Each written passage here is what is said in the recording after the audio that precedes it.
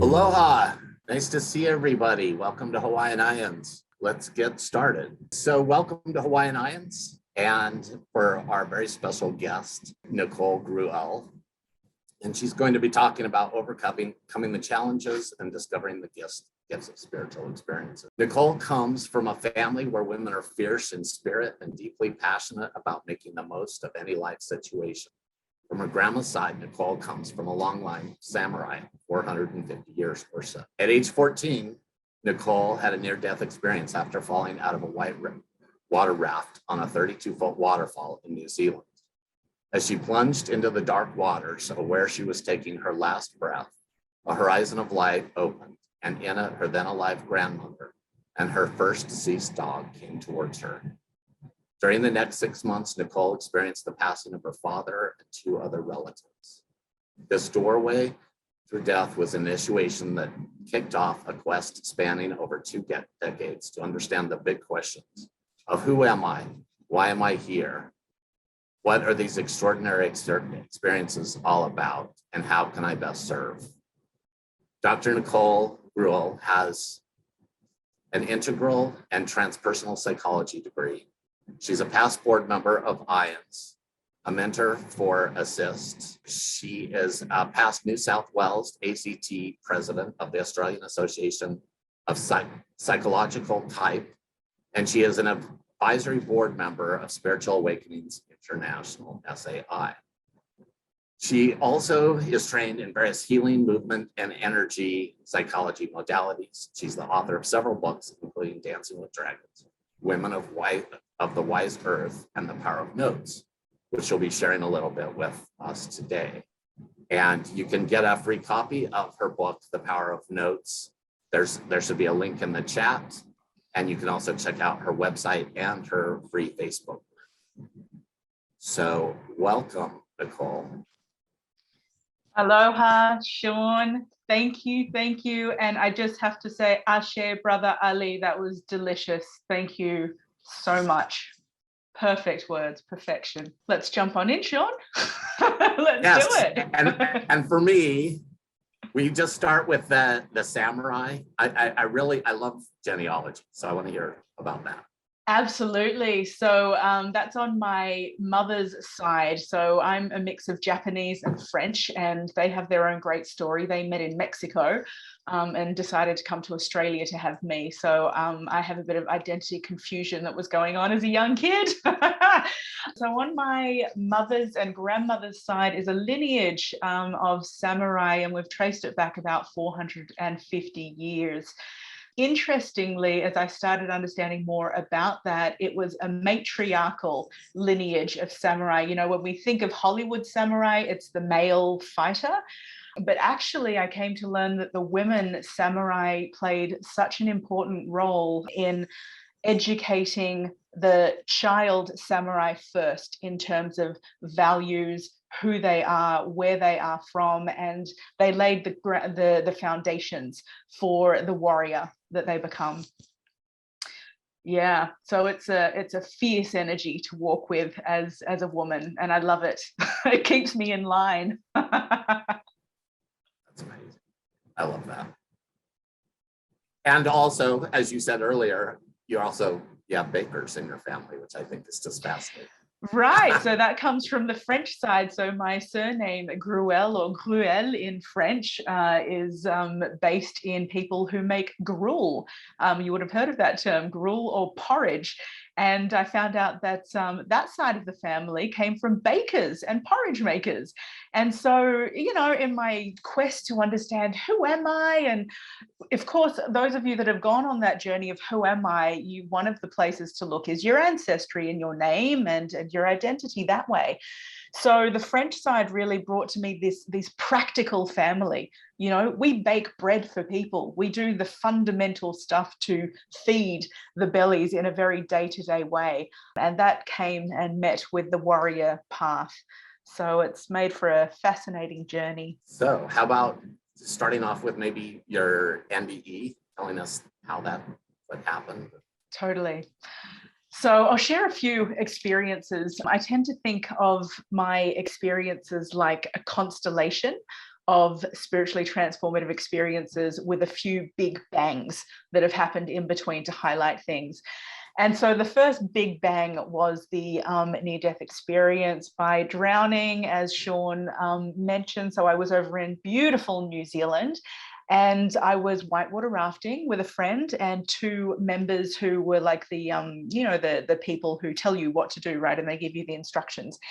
And so we're there, it's an amazing morning, we're in our raft, there's the four of us together, we walk up this big hill and we get into the water and off we go. And along that incredible waterway, those of you that have been whitewater rafting will know, like, the adrenaline's incredible. Like, if there's something to keep you present and in your body, it's an extreme sport like that. So off we went, and we'd had the training that when we hit the big waterfall, what you have to do is kind of paddle, hold the raft down, and then just hold on. So we did that the first time, and, you know, the boat kind of tipped on this angle, and we're all just filled with an, oh my God, that was incredible feeling. And so we decided to do it a second time. But on the second time, I should have, I don't know, it was like setting a movie. We're walking back up this big hill because you got to walk back up the river. Took a while. And now all the clouds were gray and the weather had shifted and the mood was completely different. And so off we go now the second time down this river, only this time when we hit the massive waterfall, it's, I can't remember in feet, it's like 34 feet or something, it's 10 meters. So it's a big drop. And when the boat tipped the bottom, it actually fell over. I fell out of the boat. I'm not sure if the others fell out of the boat or not. And I was plunged into the water. And I grew up on the beautiful beaches of Sydney. And so I swam all my life. And so I had a swimmer's response, which was naturally to throw my arms out and swim because I was in water.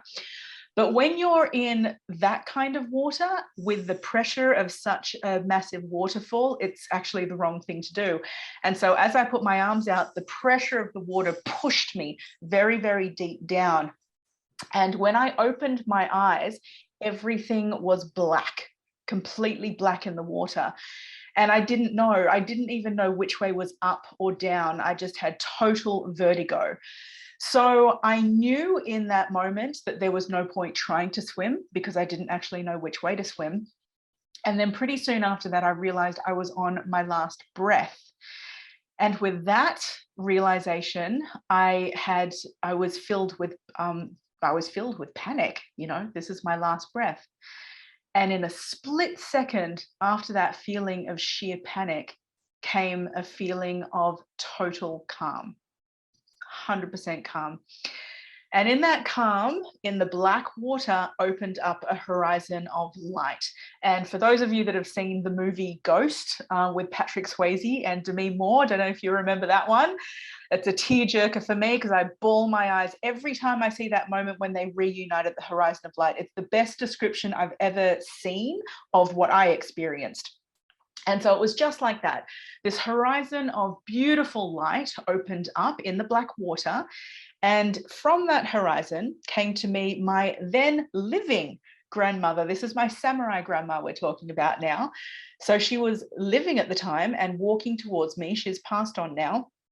And next to her was my first pet dog, who at that time was deceased. And I grew up without siblings. And so for me, that dog was like a pet, that was like a not like a pet, but it was like a sibling, right? So a very, very close relationship with it. So these two came towards me in the waterfall and in the water. And I remember thinking at the time, well, this is really curious. What are you doing here? And then a male voice right here, I to this day don't know who or what that male voice is, but it was a clear male voice, said to me, Nicole, remember to breathe. And with that clicked in the recollection that I have to curl up like a ball with the training that we'd had that morning from the instructors. I curl up like a ball because I had a life jacket on. And then I naturally rose to the surface like a cork. Fortunately, I didn't die that day. It came close because by the time I popped up at the top of the water, all the others were in the raft. So again, I don't know whether they came out of the raft or they were in the whole time. And they'd been looking for me. I popped up and I was right at the mouth of a cave. So I could have very well had my death experience that day. And they plucked me out of the water.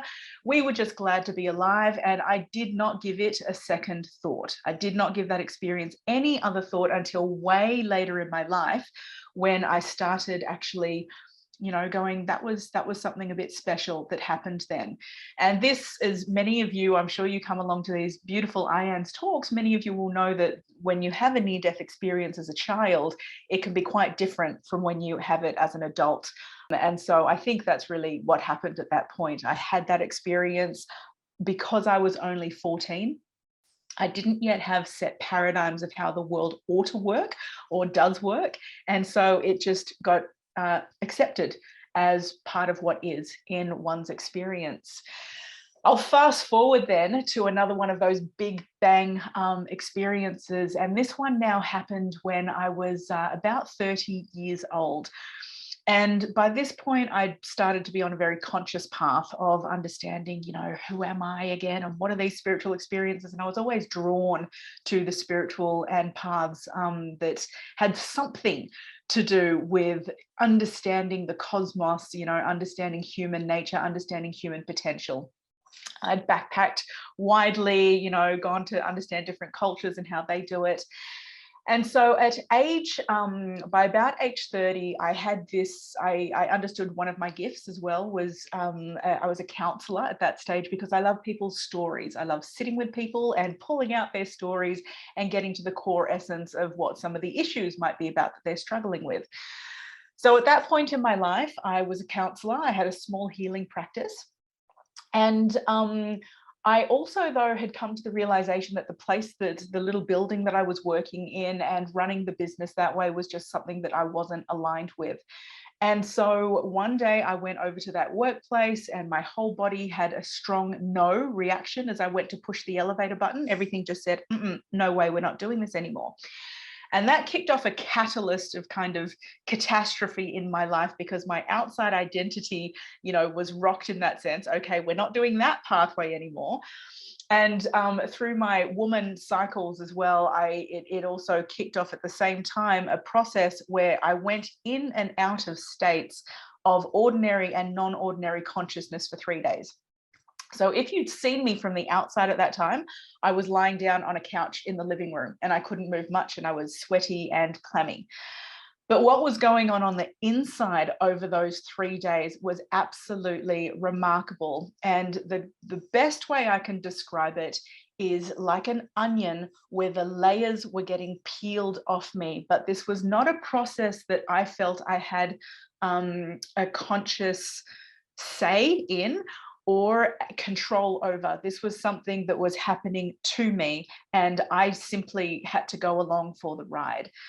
By this stage in my spiritual journey, I understood that this was something significant that was taking place. I wasn't nuts, and I wasn't ill to the point of needing to go to hospital, even though my mum, my dear mum, who's watching me on the couch having these high fevers and really not in a good state, said to me, darling, you know, I really think you need to go to the hospital. That was her polite way of saying, I have no idea what's going on here. Can you sort it out? And I said to her, no, something's going on and it's okay. So for 3 days in and out of these states. And what happened at the core of that peeling process of the onion was, as it got closer and closer to the center, it got more brutal, these ripping off of the layers. It was like the cosmos was just ripping off another layer of my being. And I started to get very desperate as that process started to escalate at the end of the 3 days. So I went into this mode of holding on to any sense of my identity that I could. And it got to the point of, my name is Nicole, and the universe just went whoosh and ripped off that layer, you know, so no, that's not it. I am girl on couch, whoosh, rip off that, right? So it was like that. And the end of these 3 days took me to this process where all that was left after the stripping down of that was a pinprick of light. There was nothing more, there was nothing less. And I knew, not I believed, I knew in that moment that that was all that I am, right? Nothing more, nothing less. And that was a really key moment for me, because from that point, I understood that anything beyond that pinprick of light is a game that I get to play. Ali so beautifully said, we are here as co-creators. I understood in that moment that this is a game that I get to consciously co-create with the universe to play in any way, shape, or form, right? And so life took this different turn after that point of, oh, well, identity could really be anything, and it could go in any direction. And the third big constellation the third big bang that I would highlight happened, just about almost 5 years ago now, because it was when I birthed my first daughter. And you guys know about this. You know that the universe sometimes has a really twisted sense of humor, right? So I needed my cosmic check-in apparently at that point. So by this stage in my journey, I was working with experiencers. I had done a whole heap of training in modalities. I'd kind of gone down the academic journey as far as I could to understand, human nature and spirituality, etc. And the universe, in all of its wisdom, gave me a refresher experience. So here it is. I was in the birthing suite after almost 90 hours of labor. So the waters had broken and the baby hadn't come. And things had escalated in that time. And me being who I am, I was just determined to do this as a natural mama. I didn't want any interventions, right? So my stubbornness was showing up. And it wasn't helping, right? Getting this long in the process, any mother here would know that that's a very long time for waters to have broken and for a child not to come out. And so the hospital was concerned that the child would be in not only distress, but also in danger. So eventually I agreed to some level of intervention at the hospital, and they gave me happy gas. And I think it's actually banned in the US, but for some reason it's still legal here in Australia, and it's the best stuff, I tell you. So especially in that moment, because I had not had any painkillers after 90 hours until that point. And they gave me this stuff, this happy gas, and I wouldn't let it go, right? I was like Darth Vader on the thing, breathing it in. And what I think it was a combination of, birthing, exhaustion of the 90 hours, the chaos of being in the birthing suite with all the beepy machines and the doctors and midwives going nuts, and, and then this stuff. Whatever it was, it triggered in that moment another experience where I was completely consciously aware of being in that room, in the birthing suite, and everyone in it. And I had a split consciousness that took me directly back to that horizon of light that I mentioned earlier, the exact horizon of light that I'd been to as a kid. Only this time, some decades later, I knew exactly where I was now. I'd come across IANDS. I knew that it was called a near-death experience, and I knew that I was having one, right? And so here I am with this split consciousness. And again, I'm sure many of you will relate to this, that in that moment of total chaos, when I came back to that horizon of light at the same time, I knew that despite the chaos, everything was perfect. I was exactly where I needed to be. And maybe it was the happy gas, but that part of my consciousness wanted to laugh so loud at the hilariousness of the whole drama, of the whole situation, of my resistance, of my stubbornness, and, and where we'd got ourselves to. And I'm so grateful for that experience, because I know there's a lot of broken mamas that walk out of hospitals having had traumatic experiences, and that it ended up being an emergency cesarean section, which normally is pretty traumatic. But due to that perfection of that experience, I walked out of that hospital elated after that, right? Even though I needed to heal because it was major surgery. So there was no trauma in the residue. So in that perfected place, I knew that I needed to get the cesarean, the emergency cesarean. So I turned to the midwife. I said, let's do it.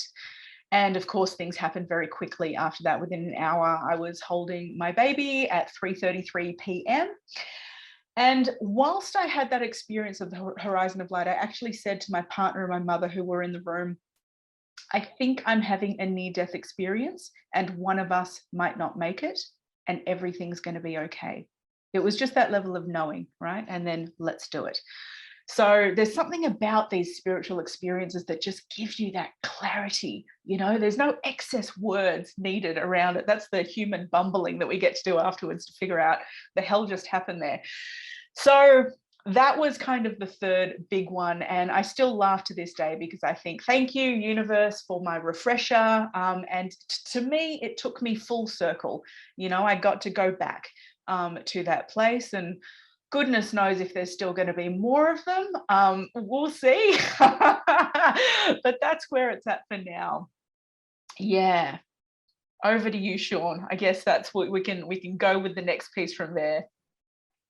Oh, wow. There is so much. Who was it that told you to breathe? Do you remember the voice? No, I don't know who it was. It was just a male voice right here. And So I've had people over the years guess and tell me who it was, but I can't identify who it was. Because I had that. It was my nephew who had passed from cystic fibrosis, except he breathed into me. So that's why I was curious if you knew who it was. So, you said several things that I just love. And you were talking about on the sofa, at the layers of the onion of your ego being stripped away. So in all of the spiritually transformative experiences and NDEs that you know about, because you dealt with a lot of them, is there such thing as a graceful one? Does anybody get to do it easy? That's a great question. There's such a multitude of experiences that happen. In fact, it was the beautiful work of doctors Rhea White and Suzanne Brown. Rhea White has passed on, but Suzanne Brown is still with us.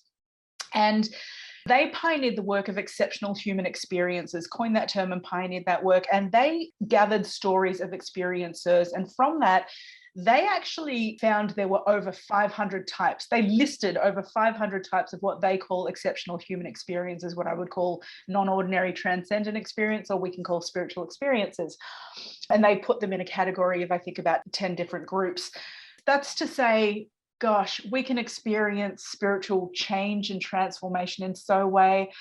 Love can do it for us, right? Love. And that can be a beautiful one, but can't that be a painful one as well when it goes pear-shaped? So I don't know. Is there a pure one? I'll tell you what, Shaun, there are experiencers that I have worked with that have had the most blissful, love light, profound heavenly state type of experiences. And interestingly, for many people who I at least talk to, because they're the ones trying to integrate their experiences, they're super challenged because of that experience and because the dissonance between what that is and the complexity and density of planet Earth feels so far away. And so it's the human experience afterwards that then becomes the real challenge and the real struggle. And so, I know people that have had what they would call heaven-like experiences and come back to Earth and it feels like hell. Yeah. So the transformations, I think it's a combination of being transformed within the experience as well as what happens to us afterwards, because who or what is it that is being transformed, right? Yeah, so I guess that's actually a good place to bring up spiritual emergencies, because many people, I was having a spiritual emergency. I didn't even know what it was, and until I met you. So maybe you could talk about spiritual emergencies and how they occur and how, a lot of people that have these experiences end up with a spiritual emergency and almost feel like they're going crazy. Yeah, thank goodness for this term, spiritual emergency. I think it came from the Groffs. And basically, it's when we go through a spiritual awakening process, a spiritual emergence process, but it happens usually very quickly or in a way that we don't feel we are prepared for. And the context that we are in, so the people who are around us, our support networks, and also our own understanding of of these experiences, maybe we just have no notion of them beforehand, If we have weak support around the experience as well, all of these things combined together create a perfect storm for a spiritual emergency, right? So it's not just a personal thing that can feel like an emergency, it's the context as well that's really, really important. And I think we need to talk about spiritual emergencies in the modern world so much because the modern world has become so disengaged from understanding spirituality as a natural dimension of the human being. If we honored our spiritual dimensions and our ability, to connect to whatever and have our gifts and, et cetera, all of these incredible abilities that humans have and co-creatively that we have, then when someone goes through an emergence, we would be held in a much better way. But that's not happening all the time. Someone can, it's very kind of hip and in right now to go to one of like these underground ayahuasca circles or something at the moment. They're happening all over the place, right? So for example, someone might go, that sounds like a really cool idea. I could do with a bit of change in my life. Go have a ceremony on a Friday night and by the Sunday, not know how to get back to work on the Monday morning and fit back into who they were beforehand because they've been so profoundly changed. That traditionally would not happen because it's in culture, it's in context, it's held in correct ways that have happened over time. There's a reason why we have the monasteries and the ashrams and these places that people spend a lot of time in every single day doing the most mundane, boring stuff. Temples are actually really boring places. I've spent a lot of time in ashrams. They're super boring on the day-to-day. You're scrubbing, you're cutting vegetables, you're scrubbing the toilet, you're cleaning showers. Nothing happens on that level. And maybe you do your meditations and your postures and whatever else to help clear the form. But it's in the mundaneness and the everyday that you ground the physical self. You keep your mind as clear, and our mind is really, we love to engage the mind, right? And so when you give it a routine and a repetition, it enables then, that's the roots, right? It enables the shoots to come through a bit more. That's our spiritual openness. And then we as a container can hold it better when these things happen. So because our modern world we've lost our shamans who can pick the gift when it comes. We've lost our sacred spaces that know how to walk with us when they occur. And we ourselves as modern beings often don't understand how to how to identify an experience even as spiritual when it occurs. What happens is if you start hearing things that other people don't and seeing things that other people don't all of a sudden, and you then go on to tell someone in your periphery, your loved one, about it, and they have no idea what's going on, well, you're likely then to wind up in a psychologist or a psychiatrist's office because something is wrong with you. And of course, when you end up within the modern system like that, they have names for this that fit their own paradigm of what goes on. And that's not always helpful for the spiritual experiencer. So, I've met many people who would identify with having gone through a Kundalini awakening or a spiritual crisis or a spiritual emergency who wound up in a psychiatric ward, either through their own will or against their will, and got a diagnosis, got a label for life, and sometimes got medication. And for some people, it can be helpful in the time and the space, particularly if you're, in harm for yourself or others, and that can happen. But for many, I've heard it's just unhelpful in the process. So this is a very individual, case thing. I don't want to generalize of what is any right or wrong way in it. And it's a very gray, fuzzy, sensitive line to walk where spirituality merges with mental health these days. But it's an important conversation that we need to be having because, of course, one of the biggest things that comes up when we have these experiences is that question that the up until me mind asks, which is, am I going nuts? And then after you say to yourself, no, I'm not going nuts because this is like the most real thing or the most profound thing or the most important thing that's ever happened to me. Then we secretly ask the next question, which is, shit, other people are going to think I'm nuts, right? And that brings in a whole other issue about our relationships, etc.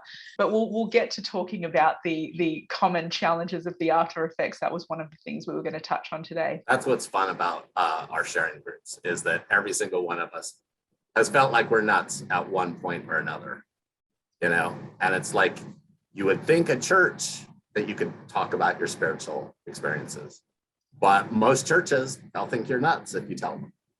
So it's just very crazy. Yeah.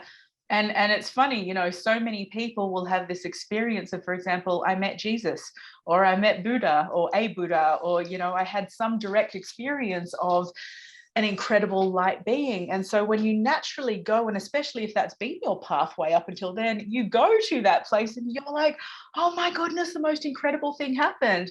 And you're right, Shaun, it's like crickets, or right? Yeah. We don't know what to do with you. And that can be so painful for the person who has experienced something phenomenal and likely life-changing for them, and yet the one community they thought would understand doesn't. Having said that, there are some people I know who go back to their community and they're in great luck because they are well accepted in that, and they find people within that can hold that for them.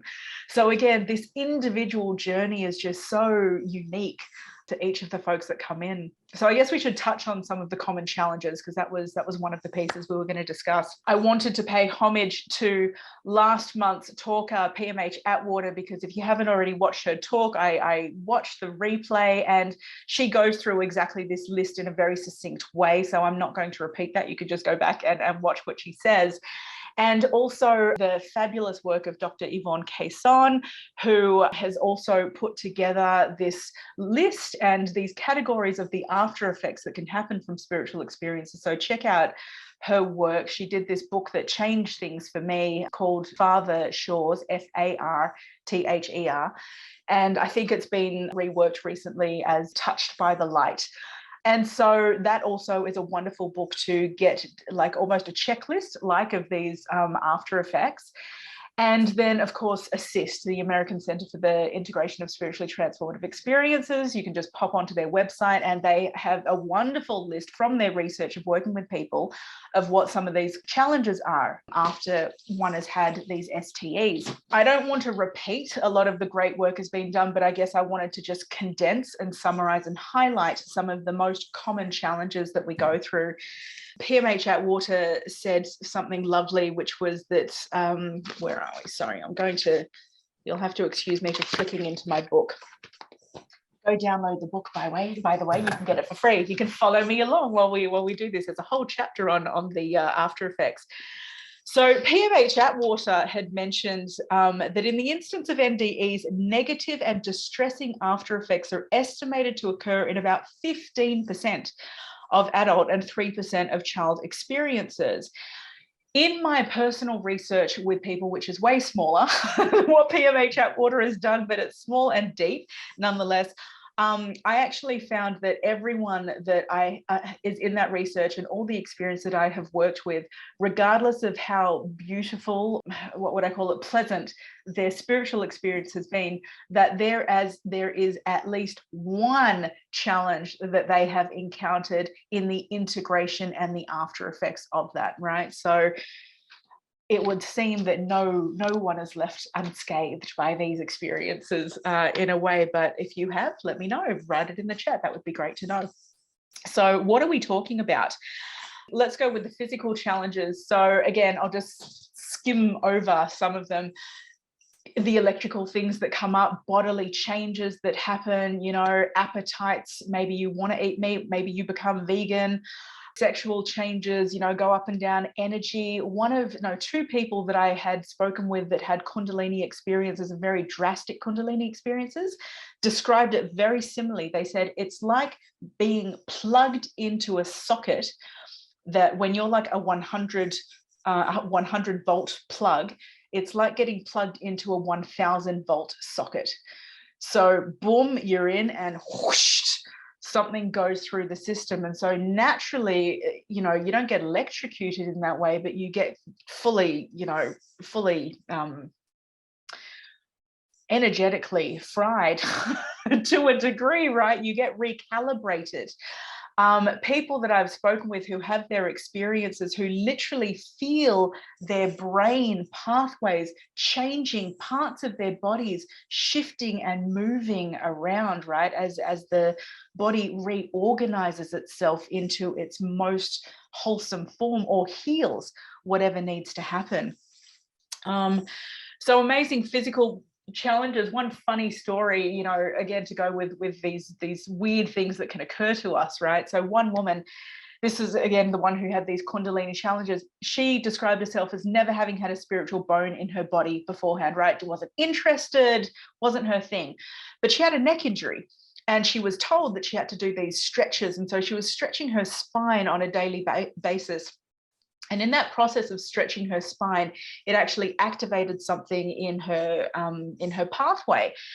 And what happened was she did end up having this full-blown Kundalini experience. She was on an acupuncturist table at one point, and the needles actually blew straight out of her body. And she ended up doing these spontaneous kriyas, we call them, these spontaneous gestures of movement. So, you know, yogic poses. Again, she didn't know what those were at the time, but she found herself in bed at night in her marital bed, and her body would get into like these kriyas, these postures spontaneously. And it got so bad that her husband actually moved her out of the bed, all right, because he couldn't get a good night's sleep and deal with it. So this is where this stuff gets into the relational and the social challenges, right? Another area, so the emotional and psychological challenges that can come with these experiences. You know, I mentioned before this homesickness that can happen, right? And here's one of the big challenges that we often don't talk about as spiritual experiencers, is the intensification of some of the problems that we've had previously. So as one awakens more to what is and oneself and clears the way, the old stuff, the old patterns, the old cycles can often come up now, because we, in our psyche, in our soul, in our space, we have more room. We have more room to be compassionate for ourselves. We have more room to heal things that need to be healed. We have more space for all of the pieces that we are and the molasses and the hard parts of our life to resurface. So from the outside, someone might think, oh, you've had all of these experiences, you know, you're all awakened and all spiritual and all the rest. But actually the lived experience afterwards can be like, my goodness, why do I have to keep, you know, dealing with the same patterns that come up? This, what am I not more awake? Like, why does this stuff trip me up all the time, right? These things happen. And it's because we have that room and that capacity to work with them, right? And that's a beautiful thing. It's a challenging thing. I call it walking in molasses, because for me, that's what it felt like. And yet, you know, there's still some level of movement within that. So don't be surprised, you know, if you're not some light-filled bodhisattva sitting on top of a mountain that is untouchable with everything. No. I mean, stuff's going to come, right? And that's a good thing. We touched on as well this, you know, am I going nuts? Am I going insane? And that can be a very, I don't want to make light of that. That could be a very real experience for people where we question our own sanity. And it's easy to understand why, because particularly if you have your spiritual experiences or your transformative experiences as an adult, right? The more we have this concept formed and we have been socialized and our mind is set in a certain paradigm of how the world operates and principles of just, you know, the cosmos, then when that paradigm is cracked open to something more, that part of us that we have used to exist and understand and comprehend and process the world up until that point simply cannot compute that which is beyond it. It's just more than. So this is why we call it transpersonal psychology. It's beyond the personal now, but it also goes through the personal. And this is one of my pet passions, you know, this area where the personal self meets the transpersonal and beyond the personal, and it grapples with, you know, how do I make sense of that? What was that, and how do I make sense of that? There's another piece here. So peak chasing. This was a warning by Joseph Campbell, who gave us that, you know, beautiful term of following your bliss. And of course, when we have these experiences, often we can want to relive it, right? I want to go back there. I was speaking with a beautiful man just the other day who I've been working with, who had the most profound spiritual experiences, and Earth is a really hard, harsh place for him, to the point where he doesn't want to be here anymore. He's tired, right? He's really tired of this human experience, and he's ready to leave, and he prays to leave, right? And yet he's not being let to leave. And when we have these really incredible experiences that, you know, colors are beyond the colors that you have on Earth, smells, sounds, emotions, you know, you might have experienced unconditional love. They are uncontainable. So in the container of Earth, we can try desperately sometimes to relive that experience and recapture it. And that can be a trap that we can get into. Not to say we shouldn't try to be within the essence of those experiences and take the wisdom and the core understanding of them, but it can be a trap if we continually chase out the peak, you know, constantly try and get back to where we were at that point, because that's kind of missed the point of taking and integrating that experience into our humanness. Other common challenges, spiritual challenges that go on here. So we touched on before, as you mentioned, Shaun, the crisis of faith that can occur if you have had a faith path. Some people, interestingly, are on the other side of that. They've never had a faith, and then they meet some character within their experience, and then they want to engage on a path of faith. And of course, that's a challenge too, when you've had a direct experience now and you have to, you know, navigate that complexity. In some faith paths that tell you you're not meant to, there's only certain people that are meant to have the direct experience, and you're not one of them. That can be a bit complicated. Feeling disconnected from our spiritual source. Some people can, in their experiences, they get to meet the clairs, right? The cheeky clairs, the clairvoyance, clairsentience, clairaudience.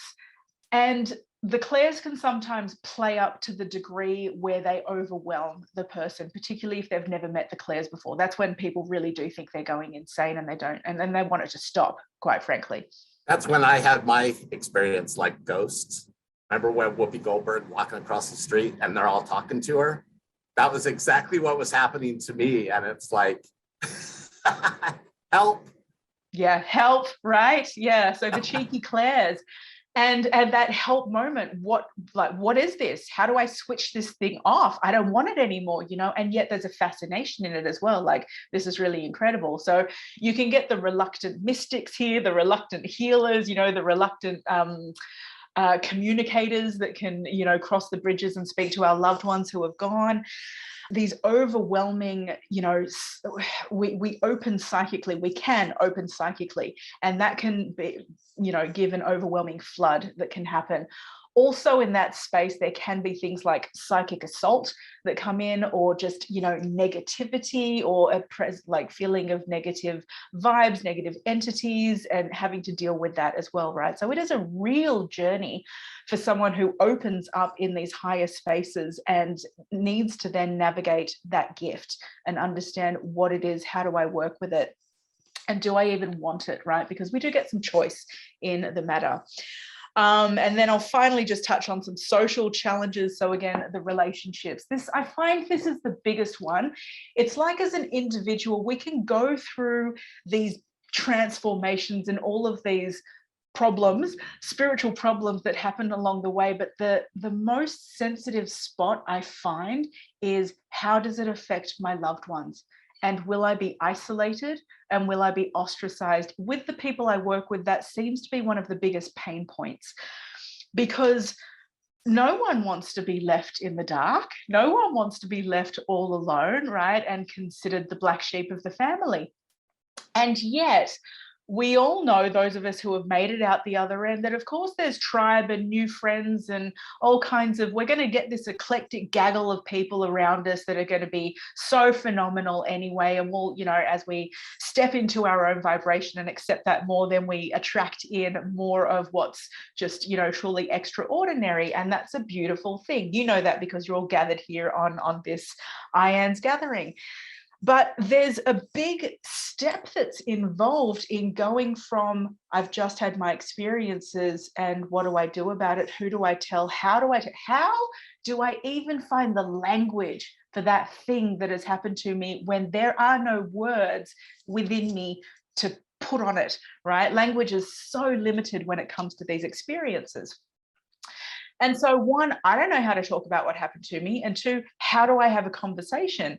And another danger point in the social interactions is for some of us, when we're fresh out of an experience, some people want to jump on the rooftop and tell everybody, oh, this is the most incredible thing, or I've had a revelation, or, you know, this is the message, right? I am here to deliver. It could be something extraordinary like that, right? And that can also put us in a very dangerous position because we're so open at that point. We're so connected to the experience and we are out of connection with the other strata of reality that is playing out that doesn't really understand that, right? So that is very delicate turf to navigate all of that with the relationships, but so rich. And I find the key there is if we step in more to who we are, if we're honest with that, and we align with these experiences and what they invite us towards and compel us towards, then we naturally step into our own frequency that is just the uniqueness of who we are. And that is compelling to those who understand and vibe in similar ways. You cannot not draw those people in to your life and those experiences once you've stepped in to that part of who you are. And that's where things get really, really exciting. Yeah, and to go along with that, you know, a lot of people were more naive and more gullible. So we draw in good people, but also not so good people. So what would you say? What's some good tools for people that I think most NDEers that I know are more trusting afterwards? Yeah, that more likely to get scammed even. Totally, Shaun. I love that you bring that up because when we're in that really open place, especially if we don't have an understanding of what's gone on or we're looking for people who can explain to us what happened, we can get hoodwinked pretty easily. You know, one woman that I interviewed, that's exactly what happened to her. The only person she could relate to was like one of the psychics that did the psychic readings. And she's like, maybe I'll just go to one of those people to understand what's going on with me. And that took her down a very deep, dark kind of road because, you know, that has its own story. But, you know, when we're open like that, we can become more vulnerable. So there's also, you know, there's a lot of gurus out there who behave badly, right? There's no shortage of, you know, people who have brought, you think of Bikrams, for example, brought through an amazing message. I love hot yoga. I'm like a total diehard hot yoga person.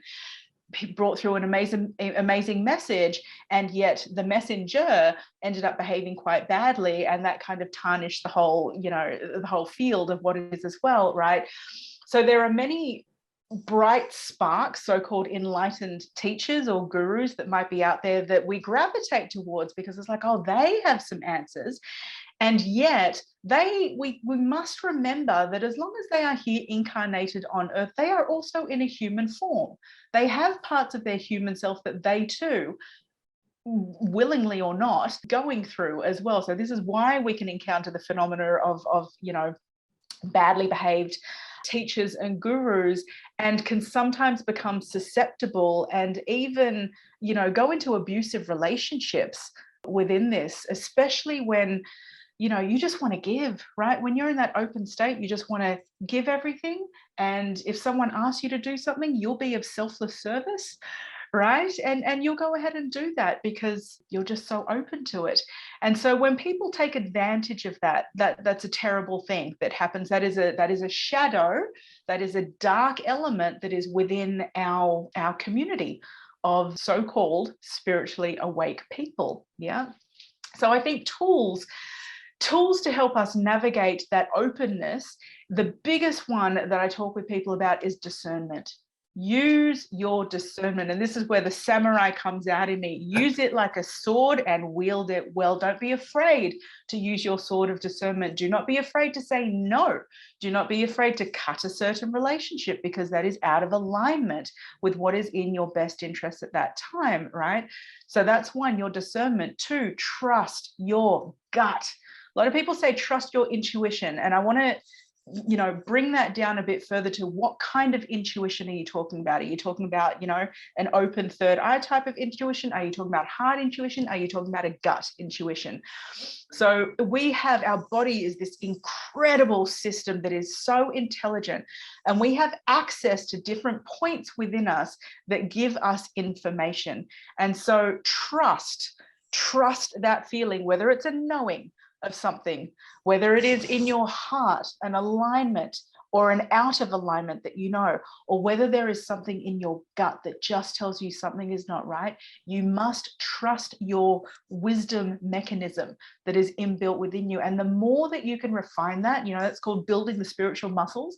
The more that you practice it, the more that you learn to trust it, the more that you walk that, the quicker and the sharper it becomes, the better decisions you'll make, and the clearer you just get about things. And it actually has it's like it has a force field about it. Certain people will feel that about you as well, that you just have like this no BS radar right now, right? And I better not, go hang out with Shaun much, because Shaun's going to see right through me, and that's really uncomfortable, So people feel that on that level as well. Yeah, we have a few people here who, by the way, they reached out to people in the community for help, and and they're like, yeah, take my program for $3,000. So it's unfortunate that happens, but I always try to remember, we're only as enlightened as our next thought.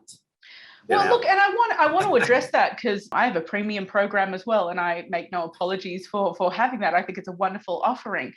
And so, but again, it's about discernment, right? I don't think there's this notion, there's an archetype within the spiritual world that spirituality must equate to poverty, right?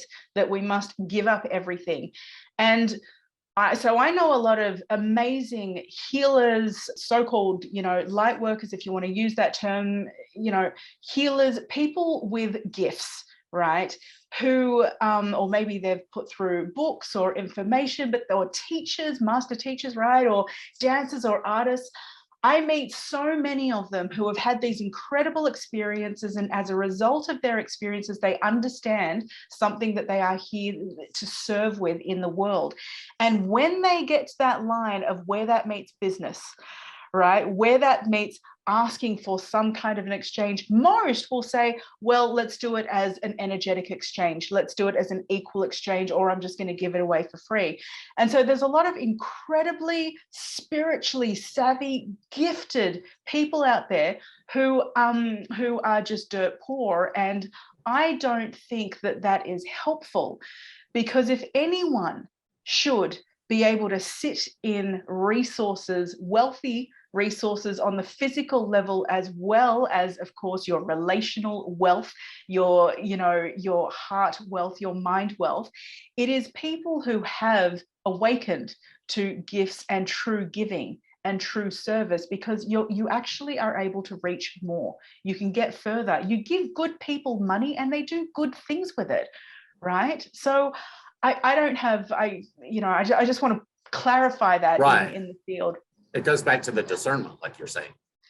Correct. Thank you. And so when you come across people who make the offerings, that's when you bring in the discernment. Is this in alignment with me or not? It's not about, what other people say about this person and how wonderful they're apparently going to be, right? Because marketing is a powerful machine and it's a very sophisticated machine.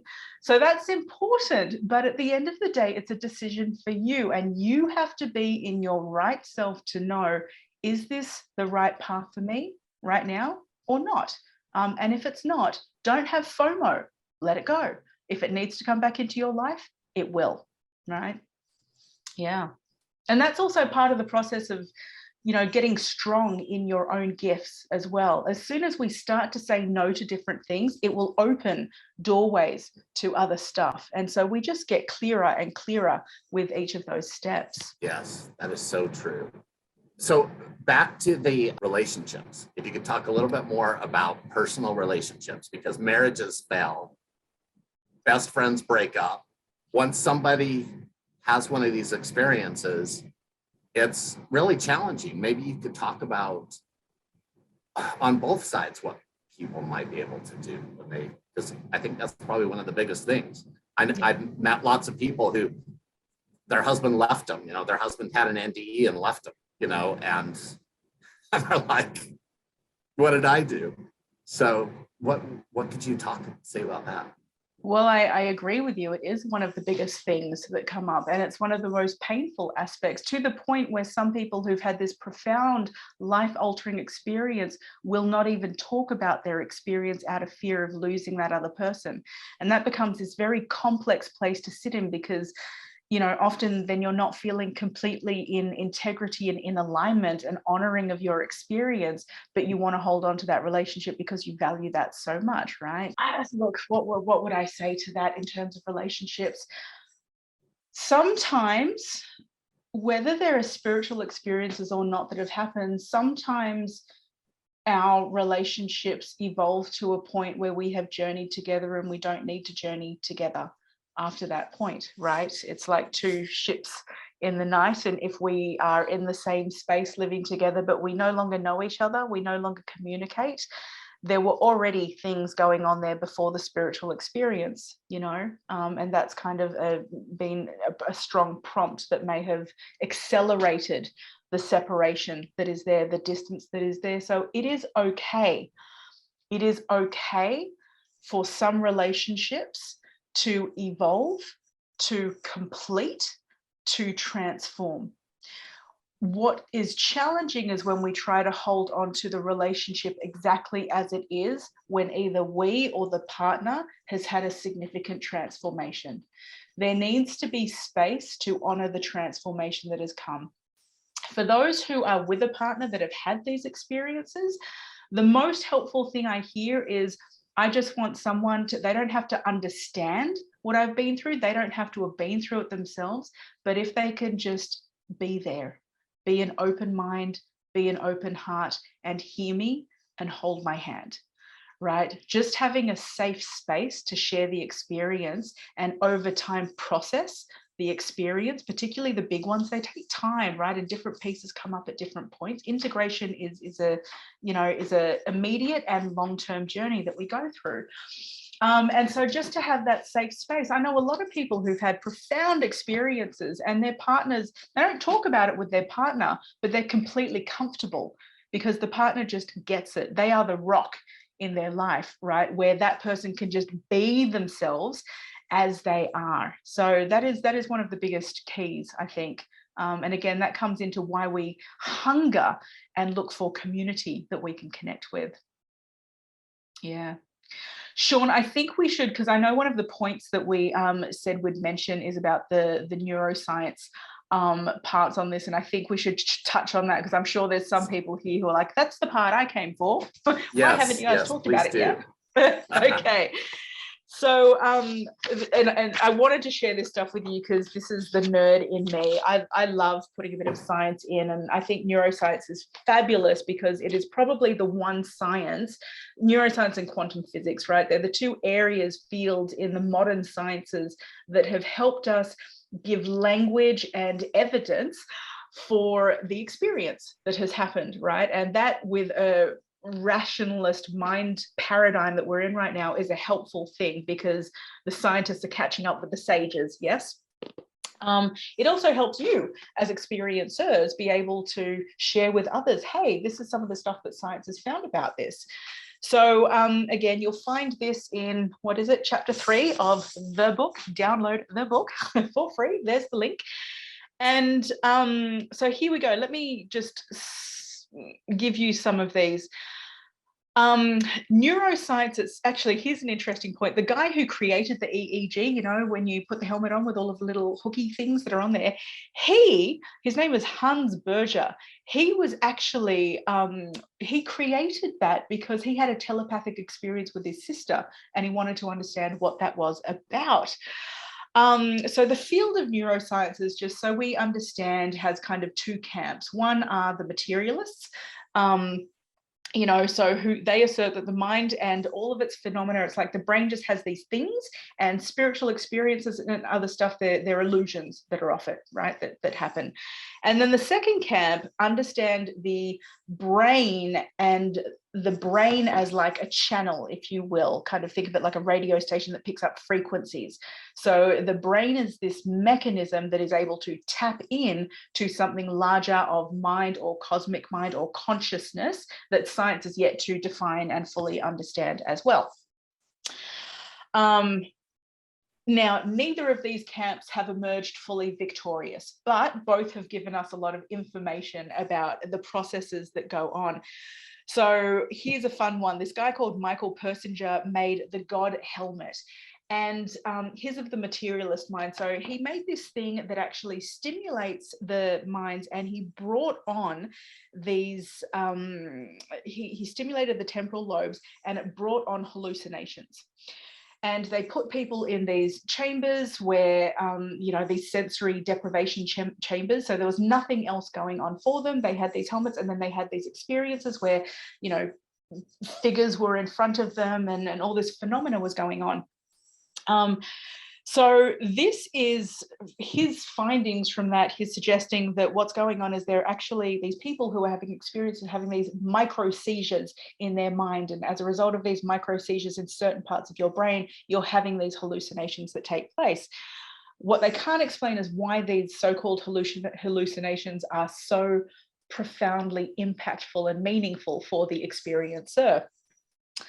Then this is one that all the near-death experiencers in this room will love. So a neuroscientist called Todd Murphy, he talked about a brain sequence that goes eventually to enlightened states, and he called this the neural avalanche. And he calls it the avalanche because he said these processes start on one side of the brain, and they build up and they build up, and they get so full on that eventually they spill over into the other half of the brain. And as that happens, what the experiencer goes through is this. It's an emotional sequence of, quote, fear, despair, angst, and terror, followed by bliss, joy, elation, love, light, and God, end quote. He talks about this, this mechanism that is inbuilt within the human makeup as something that can explain the most powerful experiences that we have, like spiritual experiences, like orgasm, like birth, right? From something quite challenging and horrific to something incredible. So as we know from all of the near-death accounts, that is also a theme that has run through many stories. Then you might have heard of the spirit molecule and DMT, right? And so this is from Rick Strassman. And he talks about the spirit molecule and the pineal gland, which actually looks like a teeny pine cone. And it is our own personal psychedelic factory, right? So this is a space, again, that we have inside us. And when the inner factors or the outer factors are in the right configuration, then these experiences can come about. And he says there are key moments in life where this DMT gets flooded into the system. One of them is when the life force energy first comes into the fetus while it's still in the womb. Another one is at birth. And I mean, we can't ask babies there, what's the experience you're going through, but wouldn't it be remarkable if babies could talk to us about what they're experiencing through birth?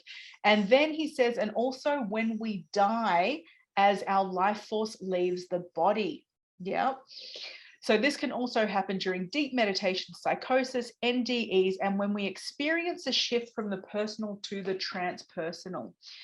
Some of you will have access to this like a switch, right? Where it's something that is very, very close. And then finally, the last one I'll share with you, which I find very useful talking with experiencers about, is called the entropic brain theory. And the idea of entropy is when things kind of fall apart, yeah? And so this theory says that our consciousness works on a spectrum. And at one end of the spectrum, there's a whole heap of entropy, yeah, where things just dissolve apart. And at the other end of the spectrum, it's all very tight, yeah.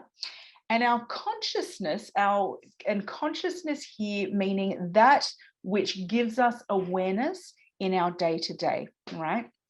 Think of a light torch, right? So the light that we are aware of sits in a sweet spot, somewhere in the middle, more to this side a little bit. That's where most of us function most of the time.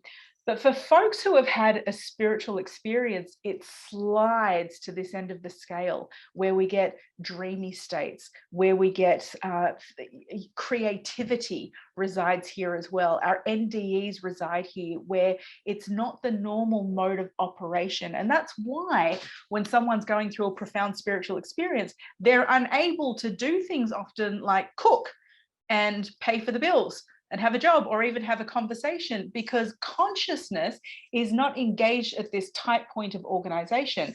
And of course, if we get too tight towards this point, we just become anal and, you know, erratic and very anxious. So that's not ideal either. So I'll leave that there. You can deep dive a bit more into chapter 3, and that was published a couple of years ago, this book. So no doubt there are even more findings right now. Yeah. That last part that you mentioned, that's somebody had described it like a NDE, ADHD kind of thing. And I think only other NDErs understand. And that's really cool that you just mentioned that at the last part, because I think a lot of us have been stuck there in that kind of dreamy place. And that's about when the bus comes by and almost hits us. Yeah, and I think what's so important, especially why I love the entropic brain theory, is that, and all of those really, it validates these states, right? It says we as humans, we're built this way and we're able to access these. So it's already there. There's nothing wrong with you. Your brain is not broken in any way. Any human has the ability to access these states. You know, and sometimes there are quicker doorways to those states. Meditation will take you faster to that side, right? Plant medicine, even quicker doorway, right? So again, and that integration process is then, how do I move from that entropic state back to something coherent where I can operate?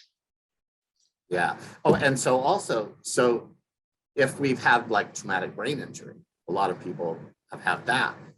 We can rewire the neural pathways, right? Through meditation, like you're saying. Yeah, absolutely. I mean, you know, we understand that from neuroscience. Our brain has the capacity to heal and change, right? We are constantly shifting. I think of them like highways in the head, right? And so the more you travel a certain pathway, you've created a little road into a highway. So this is where, again, the conscious co-creation comes in. What kind of highways do you want to be riding? Which highways are unconscious in your mind that you naturally operate out of, that might have been useful at a time in your life, particularly childhood, when you needed to operate in that way, maybe even out of survival, that might not be helpful anymore, right? As an adult, now as a big kid doing the adult thing in the world, maybe that highway has just become a bit outdated, and we need to, you know, we need to download a new roadmap. We need to shift the roadmap a little bit. Yeah. So what is that halo process that you? Right. I have a nice little thing to share with you guys for this. This is exciting. So I realize we're pretty short. How are we doing on time, Shaun? Sorry.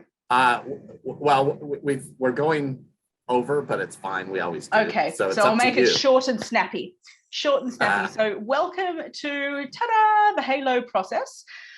As you can see, it looks like a halo. And so I'll walk you through these 4 steps. And this has come about, one, from my studies in understanding different models of how spiritual experiences and their integration happen. So what happens from the experience and then in the immediate and long-term after effects of that. And then how we stabilize our spiritual experiences, really. And the other part of it is as a model that I use with experiencers. And so, you know, over time have really seen this happening again and again as a way to help experiencers ground and come to success in their lives. So stage 1 of the process is to integrate your spiritual experiences by identifying them, grounding the after effects, and mapping out your awakening journeys. So this is the am I nuts, what just happened to me part of the journey, that we already talked about. And I find that mapping things out is just hugely cathartic for people, because one, our day-to-day lives are so busy, so we get so wrapped up in it. It can be a beautiful exercise to look back over the things that happen. And when I do this with people, I do it from the process of what is spirit's journey through your life, as opposed to, what is me, the individual's journey, but how has spirit moved you through your life. And I give credit here again to Doctors Brown and White with their EHE process, because it was inspired by them doing that. The next stage then, after we've understood what was that and where did I go and starting to integrate it, is to now align. So where am I right now in my body in this moment? Here we are aligning with our superpowers through knowing our divine design and our psycho-spiritual gifts. So the tool I work with here at this point with people is Jung's model of psychological type. And it's not the 16, 16 types that would be like the Myers-Briggs. Jung only had 8. And we talk about a configuration of those 8 as each person's unique melody. And what I discovered through my doctoral research was that the unique melody of our personality has a direct impact and influence on our spiritual experiences and how we integrate those experiences, how we make sense of them, and then what we do with them. So it's very important to understand, who am I? Who am I right now at this point on deep levels, so that you can align and start to stand in your you, right? And there's a lot of shedding that goes on at this point too, about like the social structures and all of this is who I was told I should be. No, this is who am I now. Then we move into stage 3, which is amplify your zone of genius. So amplify your zone of genius as you harness your flow states and get your earthly life in order. Now, flow states are such an incredible discovery. You would have heard of flow states talked about before, but usually they're talked about as in, you're a runner and you hit the zone, or you're this amazing music performer and then you hit the zone there. That makes it out of reach for the daily person, right? But all of us have experienced flow states at some point or another. And here's the next finding in the doctoral research that was a surprise finding, that actually our flow states are directly related to the spiritual experiences that we've had. It's as though the spiritual experiences are a dial that either turn on our flow states or turn up and amplify the volume of those flow states. So based on the experience, we understand what the flow states are. And now we also understand who we are and our personality and our own individual hardwiring. That also has a direct impact on the type of flow when we experience flow. So for example, some people might hit flow states when they're in meditation. Well, that's likely if they are more introverted types. Not everyone is built to sit on a meditation cushion. More extroverted types might be better off going off and being on a surfboard, or doing something, or walking out in nature. So because there is a live interaction that happens with nature at that time. So you have to understand who you are in order to better access those flow states. And of course, why do we want to better access those flow states? Because when we access our flow states, we require less energy. We expend less energy, so we're not exhausted. We're actually highly energized by that. And it's also in alignment with who we are, so we get more in our purpose. Where life just feels better. You just feel better about yourself, about the world, when those flow states are more frequent and accessible. And then the fourth part is inspire. And this is something that actually naturally happens. You don't have to stand up on a pedestal and go, I am here to inspire the world with my message. No, because if you've gone through stage 1, 2, and 3, naturally stage 4 occurs. When you'll know this, right? When someone is standing clear in who they are and they're just doing them, and they're sharing themselves, and they're not trying, and they don't have to. There is a warm glow and a light about them because they are alive and lit up. They shine naturally. And we, the light in us, namaste, recognizes the light in you. We see each other. We know how to see each other at that level. And so this is where inspiration naturally happens. Someone who is just walking their path will naturally inspire others without trying. And it's a beautiful thing. So I will leave the halo process there. I hope you've enjoyed that. And anyone who wants to know more about that, I have a whole webinar that deep dives into it. I can put that in the link, and you can just pick a time and you can watch it, and it goes into more explanation. And of course, you'll also find out about my premium offering that came up before, which, you know, is part of what I teach, because this is how I walk with people through their experiences. And you have a free Facebook group. Yeah, called Agents of Awesome. So I call people who are going through and who have been through this process Agents of Awesome. It's a term that came up with work, you know, talking with experiences like you guys that just naturally arose in the conversation. An agent is someone who, you know, holds the energy for something and channels through the energy of something. And so being an agent of awesome, I mean, these experiences, are they not awesome, right? Our spiritual experiences. So to become an active agent of awesome simply means embodying the wisdom of those experiences, stabilizing your spirituality, getting your gumboots on, eyes wide open, and walking into the world. You know, not spiritually bypassing or hiding away in a beautiful sheltered bubble, but actually getting out there and being real in the world with your gifts. Yeah. So you can join the free Facebook group. You'll meet other agents of awesome there as well. Thank you, Jack, for putting it in the chat. You know, and that is so important, what you said about not spiritual bypassing, because that's many of us who have had these spiritual experiences think, okay, I'm done. Yeah. Without realizing, no, the work's just begun. Exactly. I mean, on the lovely brochure, like when you go to Hawaii, you know, you see paradise on the brochure, right? So the brochure to awakening looks beautiful. And yet when you get off the plane and you land, you've only just landed. It's like, well, now what are you going to do? Okay, yes. So you've had something amazing. Now what? And it's almost like these experiences are wasted in a way, if not grounded, integrated, and applied, because we are here together. Again, as Ali so beautifully said, in this co-creative field, we're in it together. The planet's in a mess. We collectively have the power and ability to create significant shifts and change.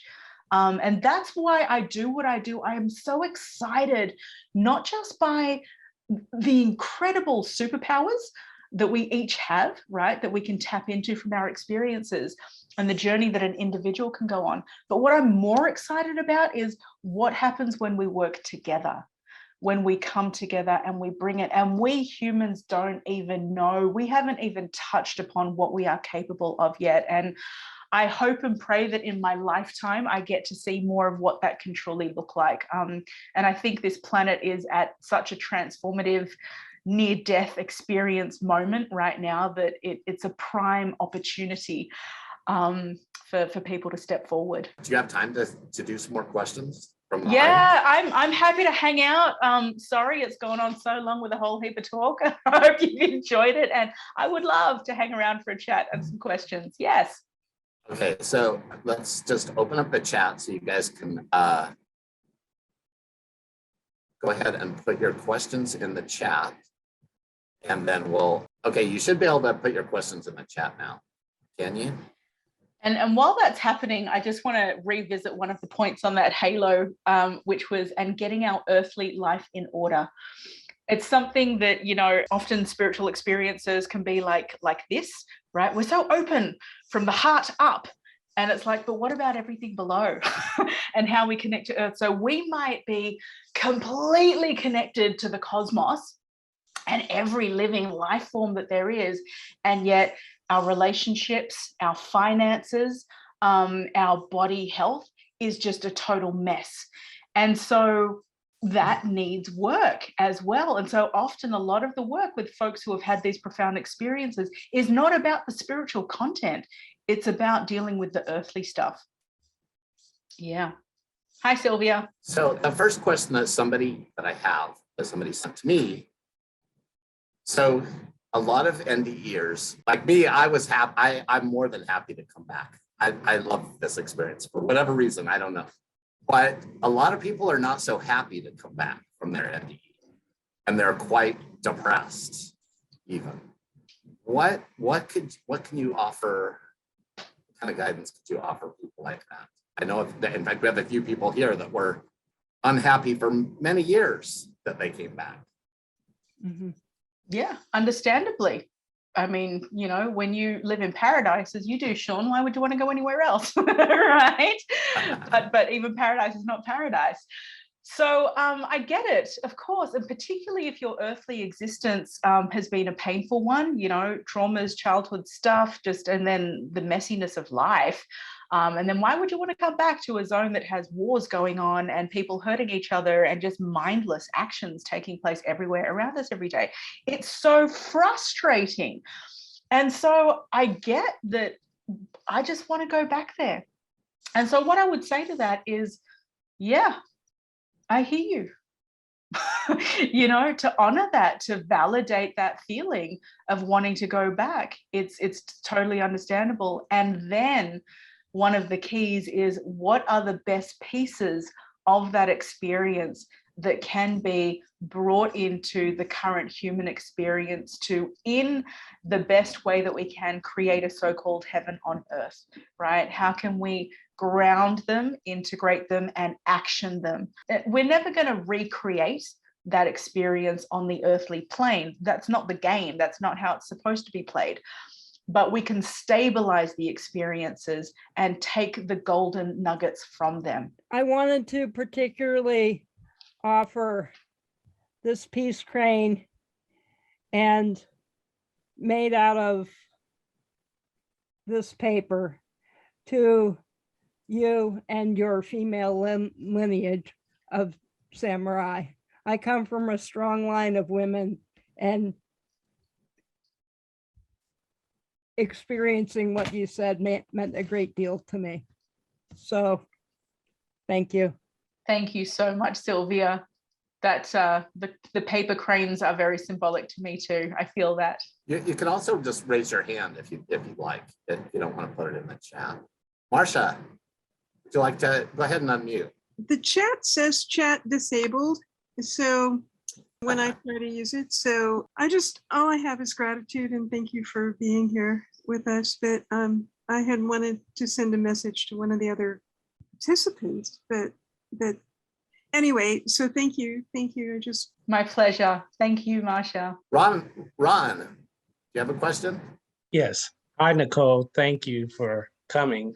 My question, you had mentioned something earlier about the peeling of an onion, or the similarity of peeling of an onion and removing layers. I'm wondering, is that like the removal of baggage or the removal of previous experiences that someone has experienced, you know, so that, you know, this new energy can come through stronger? For me, Ronald, it was the removal of everything, like everything. Everything was stripped away until there was nothing left but that spark of light. And so it required me to, I also describe the experience as both Kundalini clearing. You know, there was a lot of stuff that had to be cleared in my pathway going up and down like this through the channels, but also shamanic in that it was ancestral. Like I voyaged down my left leg and my right leg. I didn't get into the details of the experience, but I traveled, you know, down ancestral pathways. I met ancestors and wrongs that were done in the past, things that were in my own ancestral DNA that were locked in place that needed addressing and healing. And so that took place in this current body, right? Because we all carry DNA memory from our ancestors. So It was a whole heap of clearing, absolutely. Stuff within this lifetime, in my past traumas, in my childhood, abuse issues, so there were things there, heartbreak, stuff on all layers that needed to be cleared. It just got all whooshed away, had to be recreated again in some way. I actually outline the process in one of my books, Dancing with Dragons, if you're interested. That it's a book. It goes into much more detail about what I mentioned there. Yeah, and it seems like some of us, we have more layers of ego to peel away before we can even hear anything. We're so disconnected from source that, and I think that's one of the things that happens in NDEs for a lot of us. Like, after you spend a whole bunch, like for me, I spent so much time in the ICU, and you have almost no ego left afterwards. It's like, I surrender. That's, I think that's also with the peeling of the onion, is to learn to surrender. I didn't have a choice. Yeah, it was a complete surrender. Yeah. Do you think your higher self planned this? Do you believe in soul plans? I actually never use the term higher self. So this is where language gets complicated with all of these experiences. All I will speak to is I will give the description of what the experience was. And all I can say is when I came to that point, it was like literally, if you put a little bit of light on the end of a pin, it was a pinprick of light. Nothing more, nothing less. And I experienced all that I am in that. And you can call it what you like. Whatever you want. Yes. Beautiful. Yes. So Monique would like to know if an STE can be as real and as life-changing as an NDE. 100%. Yes. Can you explain to her the difference that an NDE is an STE, a form? Yeah, I mean, so a near-death experience, I don't think I need to give any great description of, because you're all connected to IANDS in that way. But an NDE is a spiritually transformative experience. So STEs are like an even bigger umbrella, and NDEs are just one category under that. They're a very extreme category. I mean, you almost physically lose your life, or maybe you have some variation where you're not in mortal danger, but some other aspect of you is dying, or you have a near-death like experience or a shared death experience. There's a constellation of other things that hover around the NDE as well. But as I said before, the doctors White and Brown, put down a list of over 500 types of different, what they call exceptional human experiences, what could also be termed these spiritual experiences. They're not all transformative, right? We can have spiritual experiences that don't transform us. So the transformative ones tend to be stronger or very impactful in the moment that they serve in our life, because the transformation happens. So absolutely, STEs can be equally, if not more, transformative, but transformative in the same sense as an NDE. So you don't have to almost die. Often I find in the NDE circles that people feel like I have to have had an NDE to experience these things, and no. And if any NDEer is kind of putting out that idea that you have to do that as well, that's kind of missing the point too. The point is, what is the wisdom through the experience? What is the core essence that you have been connected to through that? What have you understood? How has that changed you and transformed you? And then how do you apply that into the world? So maybe you don't need to have a massive earth-shaking life experience to do that. As Shaun talked about, maybe you don't have as many layers that need to be cleared and healed, and you don't need such big shake-up like some of us do. Some of us are just slow learners, like in my case. Yeah. I'm just stubborn. Maureen, would you like to share something or ask a question? Thank you so much. I like namaste, no mistakes. So I was very, Yes. very happy to have come on today and to hear your talk. I took plenty notes, and I feel very inspired. I don't really have a question, but I'm in a 12-step program, and I've been for 20 almost 28 years, which I really love. And they call the spiritual experience the transformation. Some people they call the garden variety. It's just the day-to-day wash, rinse, repeat of getting yourself into a spiritual practice and turning your will and your life over to the care of something greater than you, and then getting in service and being there for others. So I love that no matter who you are, where you come from, this spiritual world is available to us. And some of us have been lucky and had near-death experiences or spiritual transformative experiences. And like you said about the voice that you heard over your shoulder to breathe, when my father was dying, he's been gone, I guess, about 7 years now, but I went back to Connecticut, where I'm originally from, to be with him. And I went in my old room, and I was just doing something in there, and I heard a voice, and it just said, you have 100% faith. And it just came out of the blue, clear as a bell, a man's voice, and in my head. So I said, I have 100% faith. And the voice said, you have 100% faith. And I said, I do have 100% faith.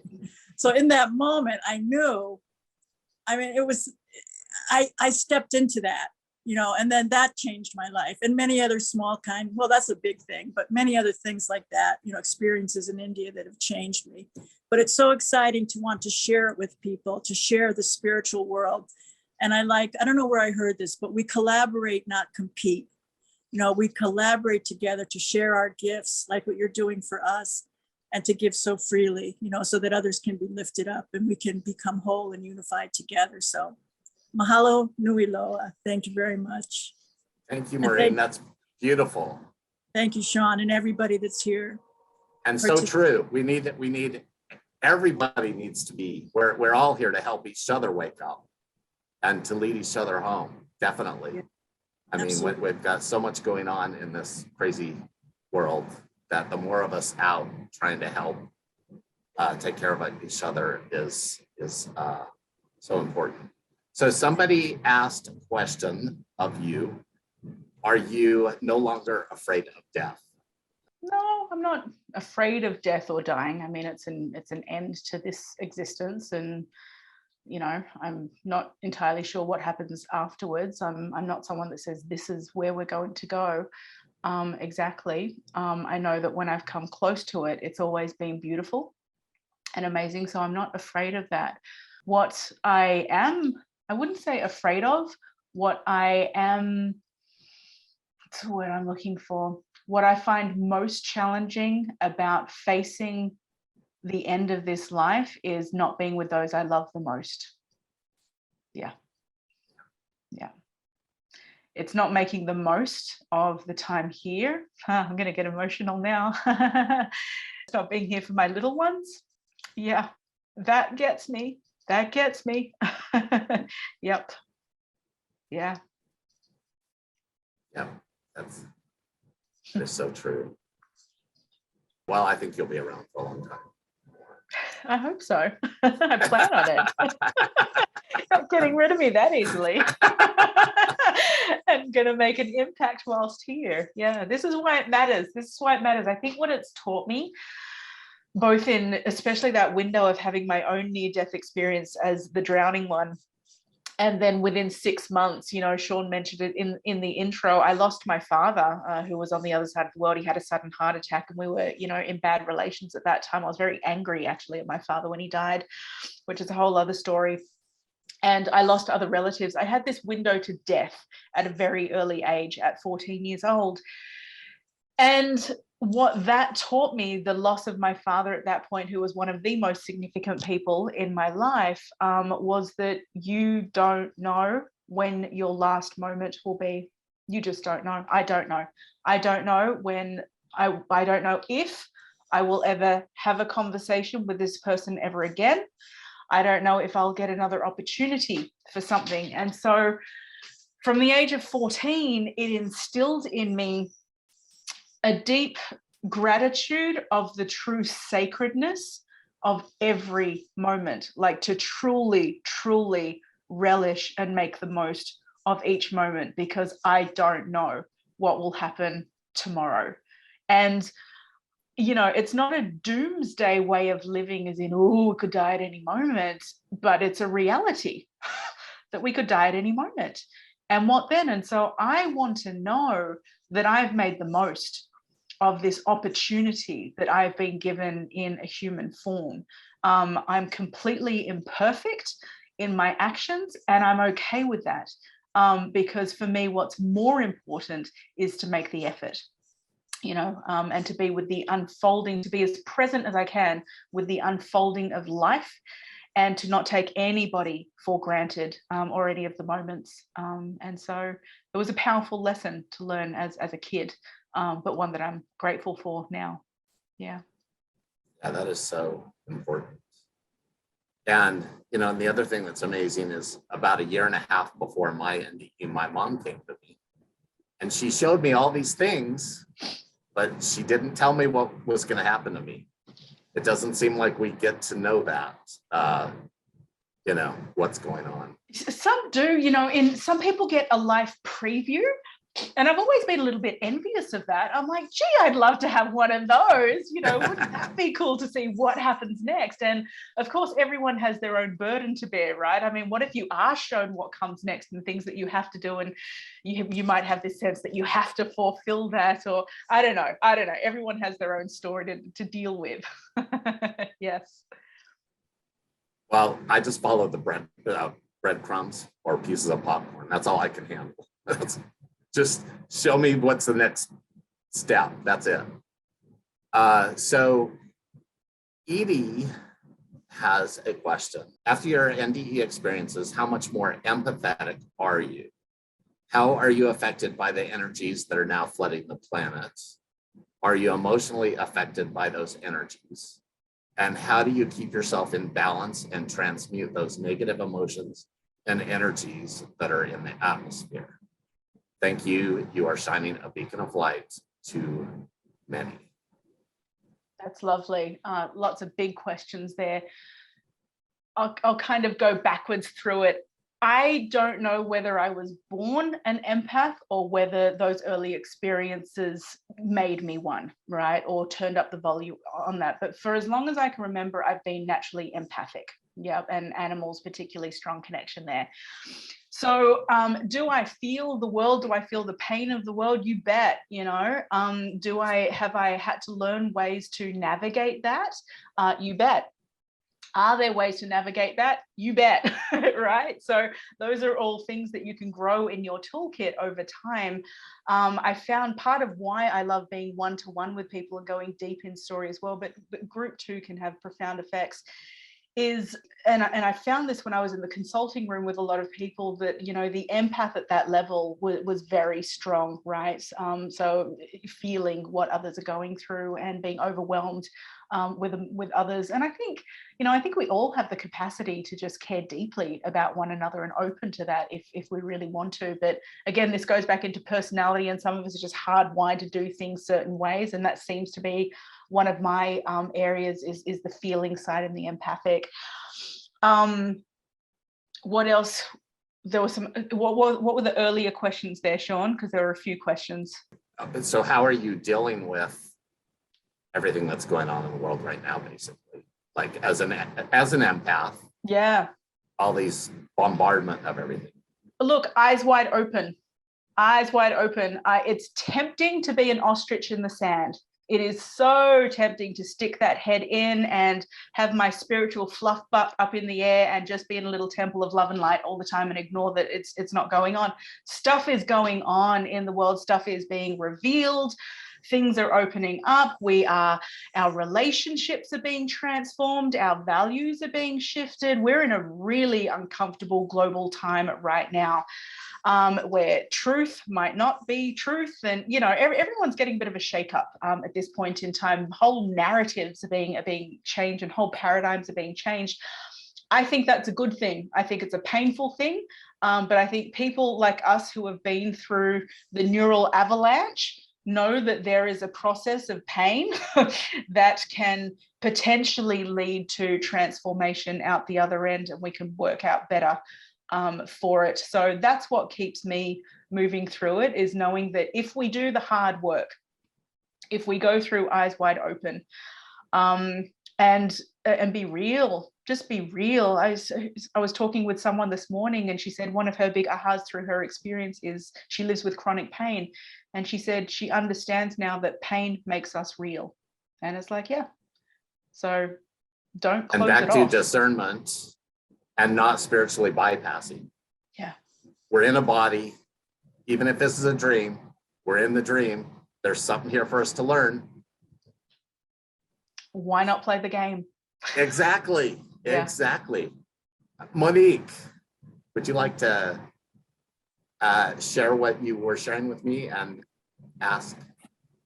Yeah, sure. Thank you. I'm glad I have the opportunity to ask this question. After my I'd never had a near-death experience, but spiritual transformational one. And it's so identical to NDEs. I'm addicted to videos, watching that. But one of the experiences, now that I'm thinking about it, and I'm glad I can ask this, is about the dark night of the soul that I went through after the awakening. And one of the very profound experiences, interesting, this is probably the closest to religion or spiritual that I felt during the process, during that awakening. And that is, I could feel the spiritual tug of war inside of me. And it actually felt like good against evil. And I could feel within myself pulling back and forth. It was very obvious to me that that was going on within. Now, I hate to say, is that my imagination? But really, I would really love to know what that was all about. Is that something unusual, or do you have an explanation for that? Well, what that's all about, you're the one that gets to answer that. I can't.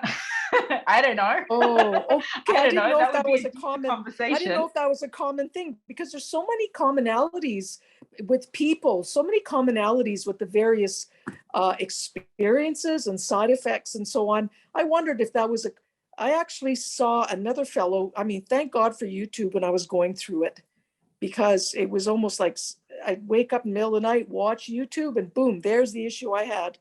And I was watching this one man going through his experience or talking about it, and he talked about the same thing. So I knew I wasn't alone in that regard. So I knew it was an actual phenomenon, but I wondered what it was exactly, other than the biblical, in a biblical context. You know what I mean? Because it was a physical phenomenon. It was unbelievable. Yeah. So aside from the biblical context, I'll give you a different one to validate the experience. Again, I was talking about personality, right? And the importance of how we're naturally hardwired. One of the patterns that I found was people who have one of the gifts that Jung called introverted feeling. Those of you that are familiar with Jung's typology will understand this language, but don't get caught up in it if the words are unfamiliar. It's also called the idealistic gift. And that particular one I found in people who've had spiritually transformative experiences, one of the themes that comes out more strongly for them is a tug of war or a battle between this sense of good versus evil, or light versus dark. And it can take place on the inner scape with inner archetypal forces or characters, or characters from our own past and experiences.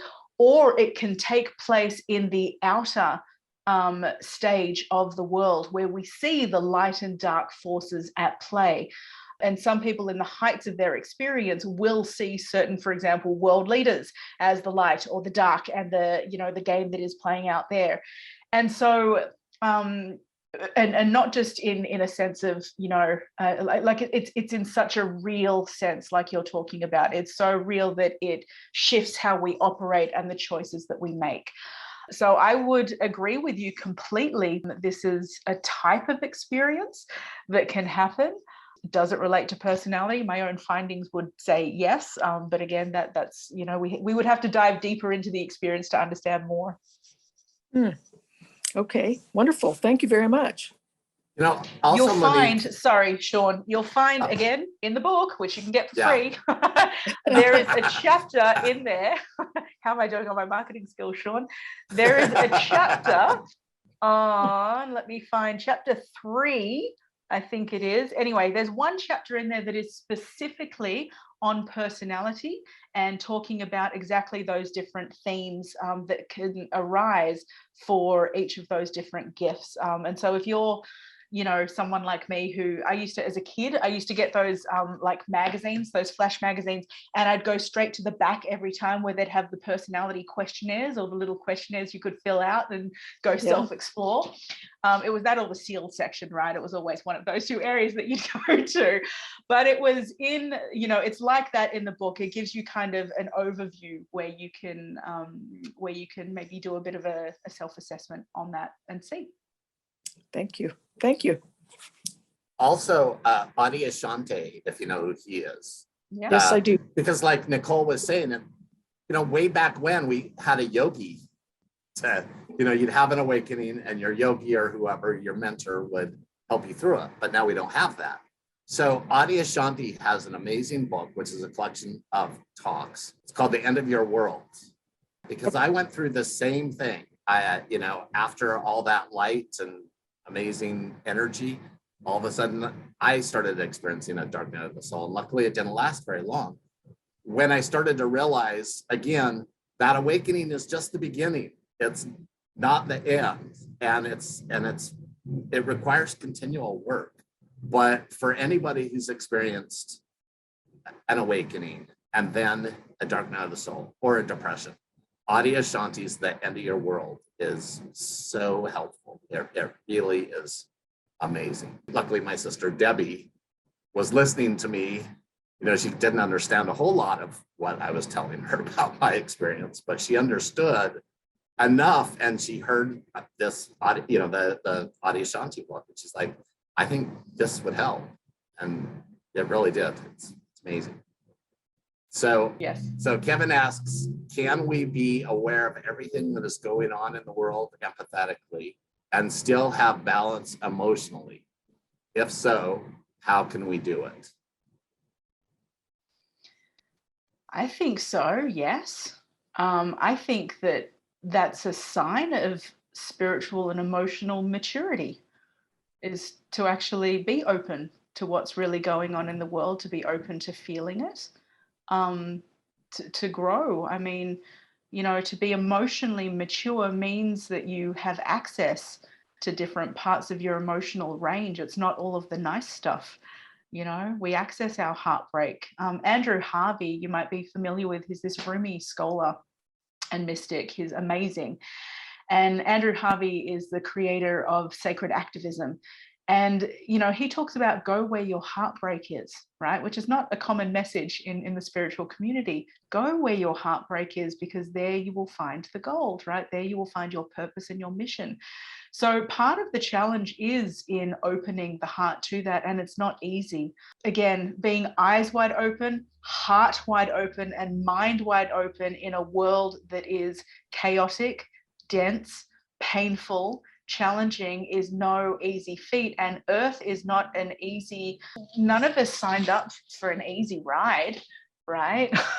You know, this is not an easy experience to be here. And the more that you step into your humanness, which is actually what I think spiritual experiences invite us to, is to more of our humanness, the more we have opportunities to ripen emotionally, mentally, spiritually. So I think absolutely, yes, you could, you know, feel the world as it is in all of its chaos, and be balanced. What is balanced, right? I don't know if that was the term that you used, but I like being around people who swear and are real and are just brutally honest about things, and a bit rough around the edges as well, you know, because I know that they're okay with who they are.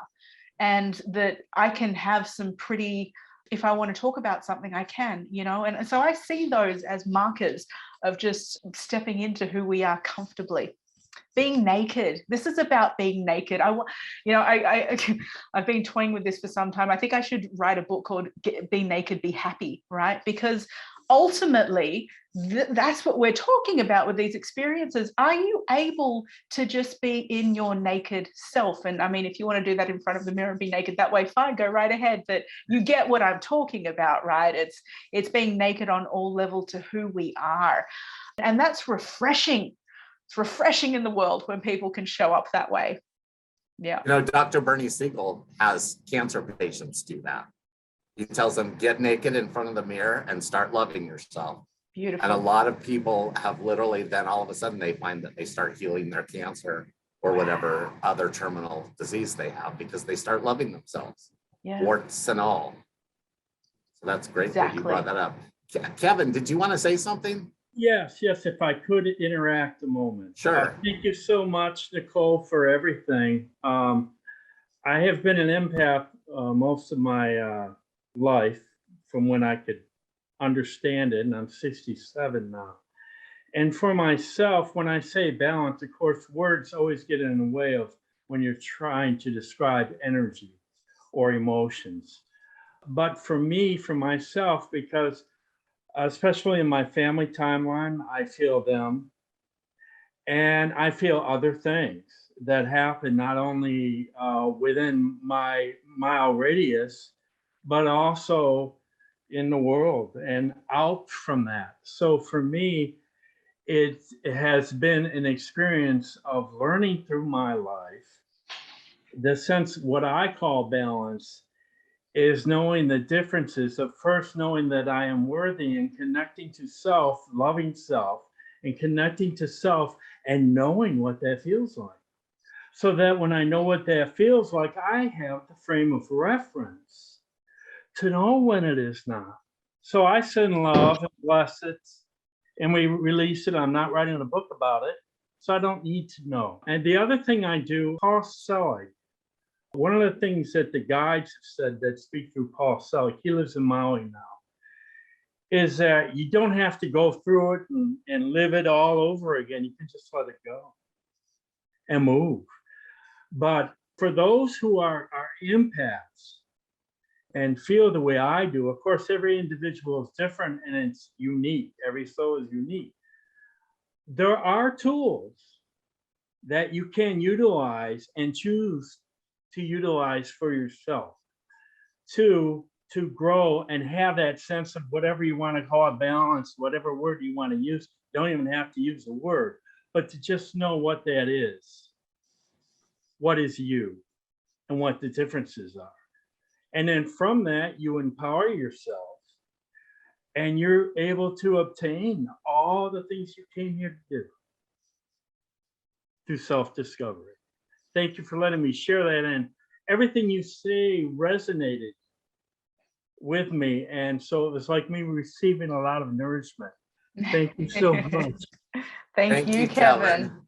Hey, Kevin, by the way, Paul is a member of Hawaiian IANDS. He is just our most quiet member. Yes, cool. Being an empath, he is very, very, very quiet. By the way, Nicole and everybody, Kevin is best friends with PMH Outwater. So they hang out together and live by each other in Virginia. So, okay, Laura Lai, you have had your hand up forever so patiently. I took it down. I figured it was getting late. I was like, okay. No, I see you. I see you. Yeah, I don't mind. I was just going to relate because on different points that you said, and I was just curious in your research, if you notice, like I'm a multiple NDEer, so like my first one, I was so angry I did not want to come back. I mean, most of my experience I remember was arguing about coming back. So, and then the second was for healing. The third one, that's where I got emotional with you about your daughter because I chose to come back for my daughter. They're like, you can stay, you've done enough. I'm like, no, I can't do this to her again. I had done it in another life. I had left when she was the same age. I'm like, no, I'm going back. And my last one too, I was like, nope, get me in that body. I'm going back. Do you find that, I mean, have you worked with multiple experiences or even different ones? I mean, have you seen like a progression like that? Or what would you say like and why do you think that is? I think me, it was more like, I understood what my purpose. I wasn't like, I got to get in there. I waited too long for this. But I was just wondering how you see, if you've seen that, and like the percentage you would say, or like why you think that is. Yeah, I would broaden it more out to so people I work with who've had multiple spiritually transformative experiences. So whether they be NDEs or not, some have had multiple NDEs. You know, is that a pattern? Well, it's your pattern. That's your journey that you went through in your story, and that's fantastic. And I really love how you said, you know, that NDE was about that, and that one was about that, and that one was about that, right? So, you know, this is the beauty of each of us and what we have to, you know, the gifts that we each have to understand as we go through them. I've certainly worked with people who, you know, through the experiences have different ahas and insights, you know, and I think it's kind of like what Shaun was saying before, some of us are a bit more dense than others, right? Like we just have to go through. Right, we have a lot to learn, or we have, you know, or maybe we have the capacity, right? There's also that saying of you will only ever be given what you can handle, right? And so maybe your soul and your spirit just signed up for so much, you know, and maybe when it was done, it was like, no, you know what, I can still tack on some more to that. So, you know, we have to explore those stories for ourselves, and I thank you for sharing that, Lorelei. That's a gorgeous, you know, story. And what I find is a theme that I'll relate to in what you say is eventually coming to the importance of the human journey. So as you say there in the last one, you made the human choice there. I mean, your spirit's just fine, you know, and you were given that permission of you don't have to do this, you know, it can end now, right? But you made the very human choice to say, no, I want more. I want to carry on. So I find that if there's any theme would be it, you know, is that human, there's something so compelling about the human experience as just hard as it can be, right? And as sometimes as awful or ridiculous or paradoxical as the whole crazy as the whole human piece is, it just doesn't make sense sometimes. But we get an opportunity that we wouldn't if we weren't in human form. So why not have a bit of fun with it, as part of you clearly understands. You're still here. yeah. And you know, the other part that I just wanted to mention, like, and I think Shaun has a similar experience with this. Like, my mom chose to pass at a younger age just so that she could guide me. And I'm like, well, then I got to stay here now. She's like, you got a lot of work to do. You got a lot of things that we're going to do together. I'm like, okay. I'll stay. So I just, yeah. But thank you. And thank you for everything you shared. I appreciate all the work in your life. Thank you. Fantastic. Thank you, Lorelei. Amy from Honolulu, you had your hand raised a while ago. Would you like to ask a question? Hi, I just wanted to say thank you. Really, it's been beautiful. I've enjoyed it thoroughly. And yeah, most sort of comprehensive, easy, fluid, in-depth, beautiful sharing I've experienced in a long time. Oh, wait, is this Amy or Amita? It's is this Amita? I thought it was you. I'm like, that's not Amy. Glad you're here. Yeah, you too. Thank you so much, all of you. Glad you joined us. Okay, Ali has a question.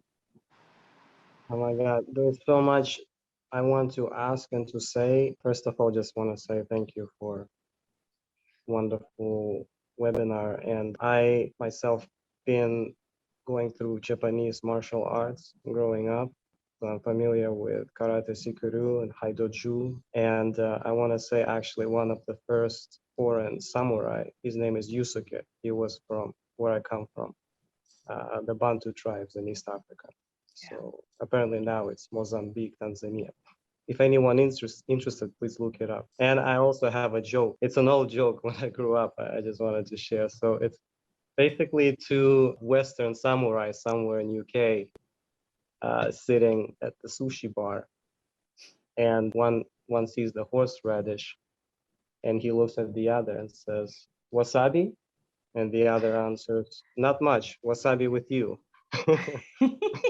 First question is, how does the samurai view of death is in alignment with your personal view? And if you ever undergone through trainings like Kenjutsu and Gyutsu, and any of those indoctrinations. Thanks for the wasabi joke. I won't forget that one. Yes, Ali, when you come to Hawaii, I'm going to make you tell that to everybody. Let's see what they all say.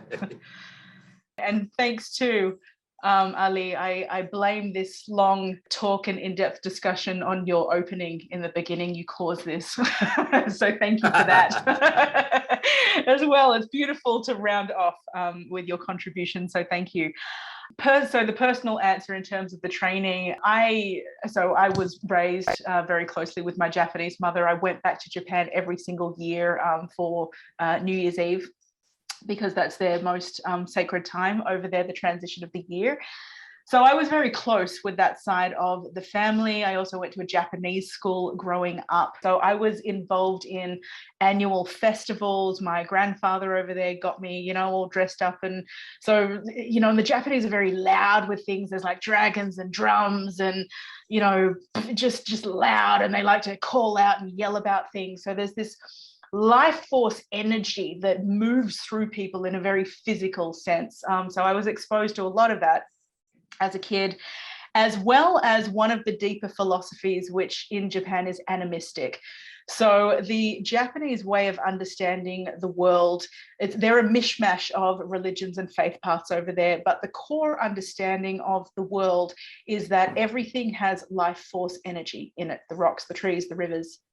And that is animism. That is what, traditional cultures around the world, Indigenous cultures, First Nations peoples understand and live as a lived reality. So I'm grateful that was part of the Japanese way. Then, as I was a young kid, I was enrolled in something called the Japanese school, and there were lots of Japanese kids, as well as I was actually considered an international because I wasn't a pure breed in that sense. I was a mixed Japanese. But as part of that schooling, we actually had to do, judo, karate, all kind kendo. So we had martial arts all over the place. And like any kid, I didn't really appreciate much of that until later on. Have I carried on with any of that? Not in a martial arts sense. Would I like to? Yes. I think everyone should have some physical form like that of martial arts. And, my husband, who's a big fan of the martial arts, would love to hear me say all of this right now. So that's great. And he is actually a Jamaican man with West African heritage. And we've talked about the African samurai that you mentioned as well. And I think Hollywood's made a movie about it. And I'm looking forward to seeing that. Now, the samurai view on death. So this is really interesting. It's very different to the Western notion. And in a way, in Japan, death is romanticized. So the samurai, as you might know, they are warriors, and their code is all about honor and service to their lord, who is, like a lord, as in Lord of the Lands. So the samurai is always in service as a knight, and he would rather end his life than be caught by the enemy. And there was this understanding between the samurai that if you were ever caught, there was a ceremony that would take place where you were given the opportunity to end your own life. And the reason they do that is so that you can stay in integrity and in honor of who you are. And the way that they do that is a technique called hara kiri. And hara, which if you've done martial arts, you'll know your hara is like your solar plexus, your core, it's your belly, right? They believe that the hara is the power center where the soul lives and resides. So hara, kiri means to cut. And in that ceremony, there's a small dagger that they would have, and they would actually sit down. It was highly, quiet and ceremonial. And they would themselves take that dagger, put it into their hara, and do a side and upways movement, which would actually, they would die. And then someone to kind of, take it the next step and make sure they had truly died would be behind them, and they would behead. And that was seen as a highly honorable thing to do because you die intact, right? You die with your soul within you, as opposed to giving your power away to another. So that gives you a sense of how deep that standing in self actually is, right? As the warrior. And this, this idea of that lives on in the Japanese psyche. Of course, we don't have modern day samurai. We don't have that happening anymore. But the stories live on, and the spirit lives on, and the DNA memory lives on. And so this is a sensitive topic, bringing this one up with, Hawaii and American people on our call, but World War II, right? So with the kamikaze pilots and the ones who suicided, they did so because in the same way as the samurai, they would prefer to end their life and be in honor doing that, as opposed to being captured by the enemy. And so even today in modern day Japan, people will, if they, get into financial distress, if they feel like there's no other road out, people will often take the road of suicide in Japan and ending their life, not so much in that way of despair that we might in the West. And, in the West, there's this idea as well of suicide being innately bad, right? And that it's sinful in some sense. But in the Japanese sense, that is the way to go with the most dignity that is possible.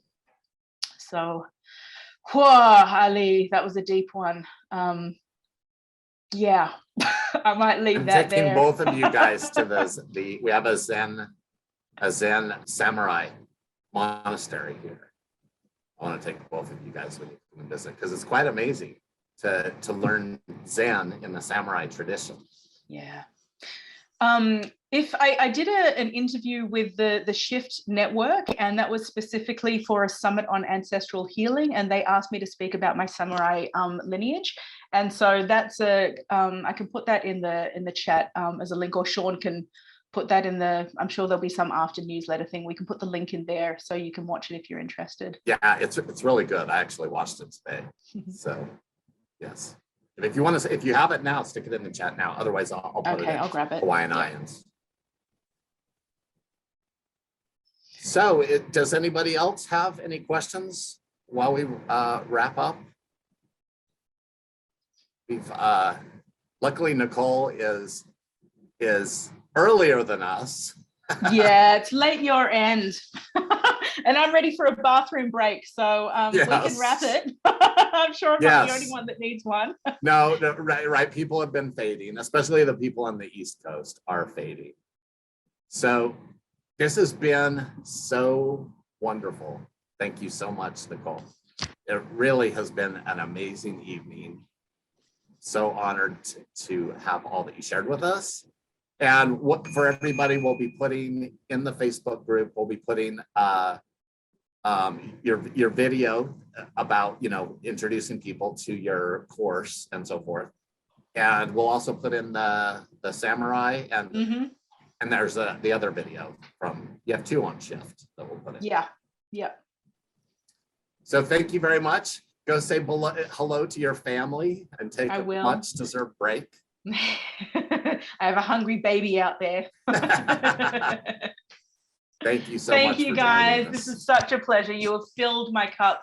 You have filled my heart. This is just so beautiful. Thank you. Aloha. Aloha for everybody. Thanks for coming.